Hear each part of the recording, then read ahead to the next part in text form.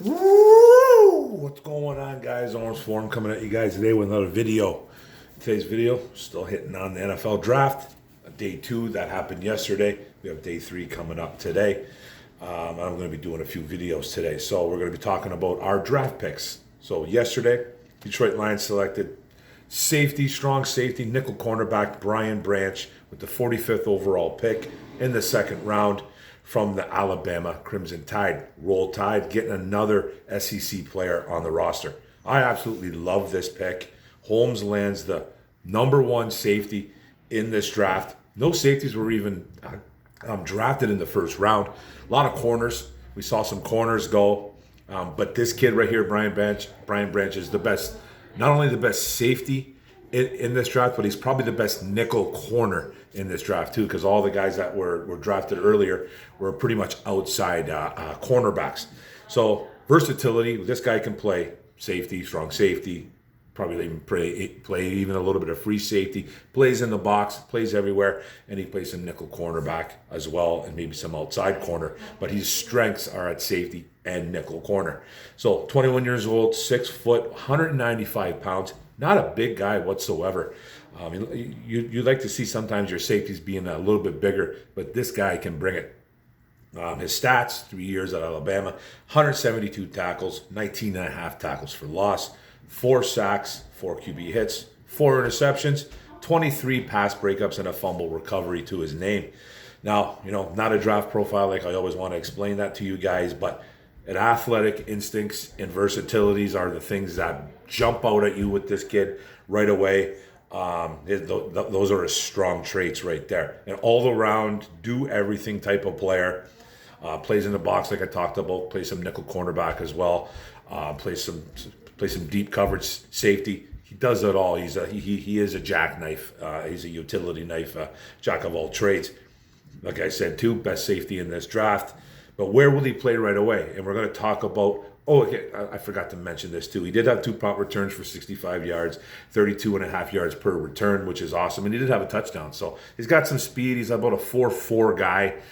So he's got some really nice speed. He ran a little bit slow at the combine, but I think it was a 4.5 something. But he's around a 4.4 guy, but he plays really fast on the field.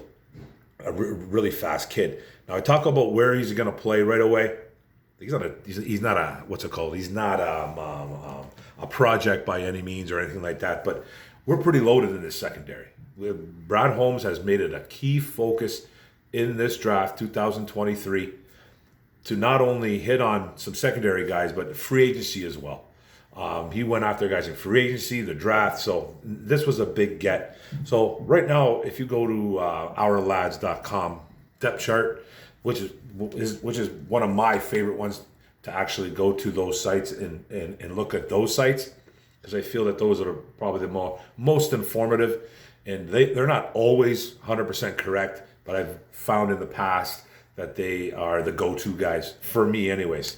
So at left cornerback right now, we got Emmanuel Mosley, starter. Strong safety, Tracy Walker. Free safety, Kirby Joseph. Then a right cornerback, Cam Sutton, which was a free agent guy too, as well as Mosley. And then another free agent guy, at nickel cornerback, CJ Gardner-Johnson, who's kind of like Brian Branch. They're almost identical.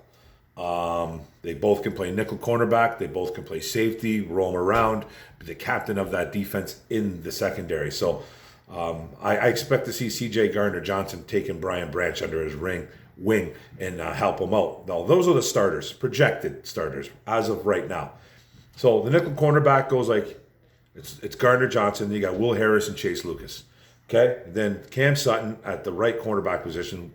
You got Jaron Williams and Savion Smith. A little troublesome right there. Then free safety, you got Kirby Joseph, obviously, and Ife Melifonwu backing him up. And then for the strong safety, it's Tracy Walker and Brian Branch. So this, we all know what happened to Tracy Walker last year. He had a devastating injury, missed the season, missed most of the season, however many games. And then Brian Branch was a pickup in a draft, and I think that he is backing him up. He could be starting right away. But anyways, Brian Branch is going to play a ton.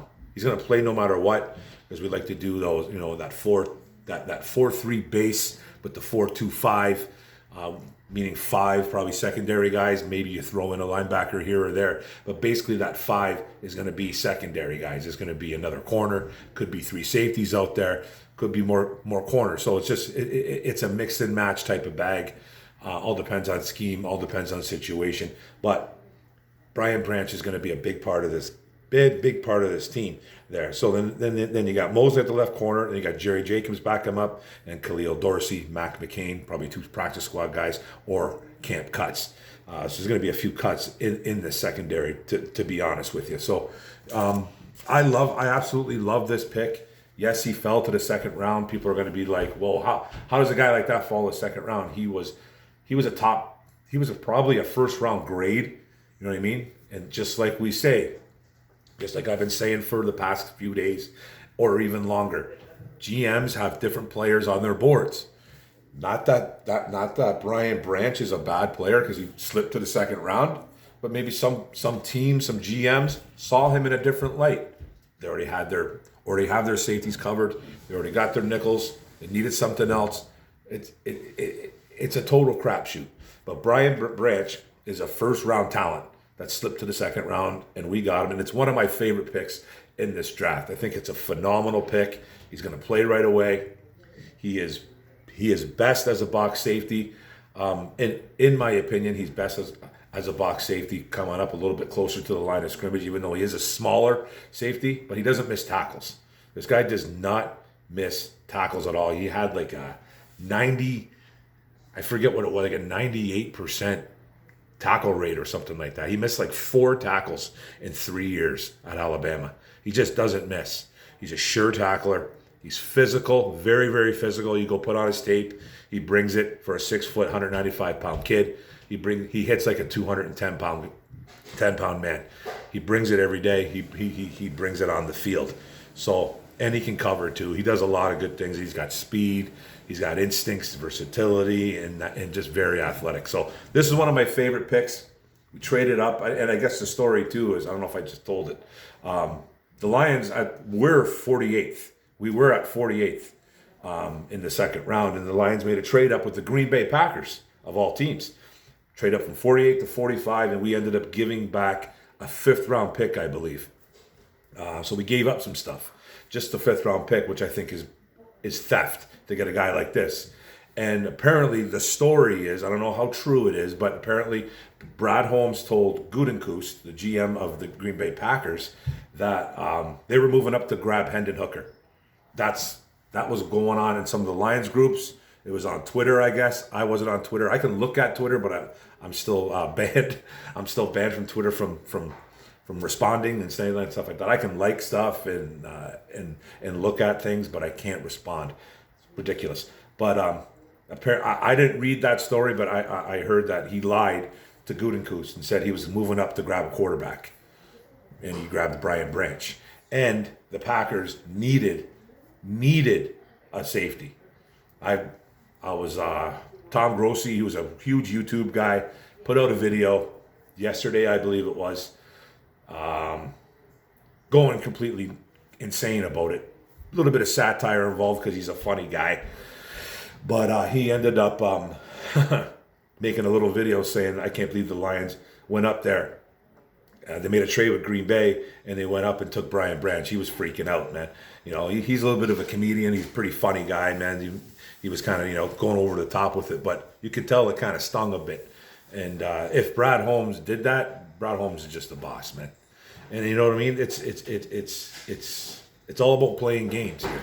This is all about playing games. There should be no hard feelings on this. I know a lot of Packers fans are upset, but this is where you start playing mind games. This is where you start lying. Right here, you're telling people that you like this guy, you despise this guy. You call up a GM and you say, "Hey, man, is there a possibility for a trade up or a trade down? We don't like this guy," and you end up taking him anyways, and you acquire picks, or you have to move up a little bit and give a little to get something big time like this kid. So Brian Branch is a Detroit Lion. It's a phenomenal pick. It's strengthening a strength right now. It really is. This secondary is going to be absolutely off the charts. So love this pick. Brian Branch in Detroit from Alabama. Alabama Crimson Tide. Love it. Thanks a lot, guys, for coming in and watching me rant about this pick. One of my favorite picks so far in this draft. Don't forget to hit the subscribe button in the bottom right-hand corner on the left. On the right in the bottom. And don't forget to hit the notification bell up top. Give it a flick and get all my videos. And don't forget to like, comment, share this out. Brian Branch in this secondary, guys. Phenomenal get by Brad Holmes. The man is cooking, man. He's cooking. He's cooking with fire. Thanks a lot, guys. Go Lions, one pride. Boom. Let's go.